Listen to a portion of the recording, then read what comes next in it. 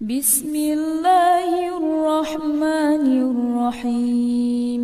মাত্র ১৩ বছর বয়সে বিয়ে, তারপর বাচ্চা। নাম তার অনামিকা আক্তার জুই। জানবো এবার বিস্তারিত ঢাকা চকবাজার এলাকা থেকে।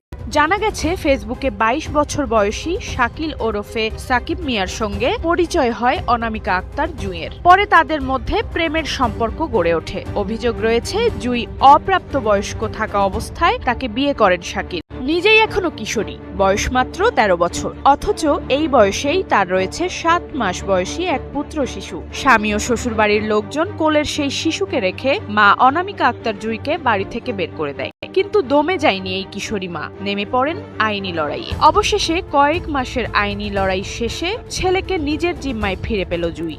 প্রিয় দর্শক ভাই ও বোনেরা, আপনারা এই ভিডিওটি দেখে অবশ্যই শিখতে পারছেন যে অবশ্যই অপ্রাপ্তবয়স্ক অর্থাৎ আমরা যাদের বাচ্চা আছে এবং বোন আছে, বিশেষ করে ১৮ বছরের নিচে যারা আছি, অবশ্যই তাদেরকে অনুরোধ করব যে বিশেষ করে অ্যান্ড্রয়েড মোবাইল ফোন তাদের হাতে না দেওয়া।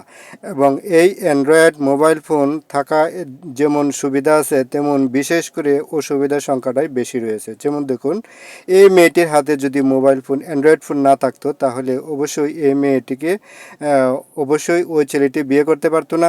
এবং এই মেয়েটির বর্তমান যে অবস্থা, এখন বর্তমানে দেখুন, সে নিজেই শিশু, অথচ তার কোলে আরেকটি শিশু। সে নিজেই শিশু অবস্থায় রয়েছে, আরেকটি শিশু সে কীভাবে লালন পালন করবে, তার জ্ঞান বুদ্ধি বা কতটুকু রয়েছে। তাই আমরা যারা গার্জেন আছি তাদেরকে অনুরোধ করব অবশ্যই শিশুর কোলে অর্থাৎ বাচ্চাদের হাতে কোনো পর্যায়ে অ্যান্ড্রয়েড মোবাইল ফোন না দেওয়ার জন্য। অবশ্যই এই ভিডিওটি দেখে আপনারা শিখুন। এই ভিডিওটি প্রত্যেককেই শেয়ার কমেন্ট করে জানিয়ে দিন সবার কাছে, এবং সবাই এই ভিডিওটি জানার প্রয়োজন আছে।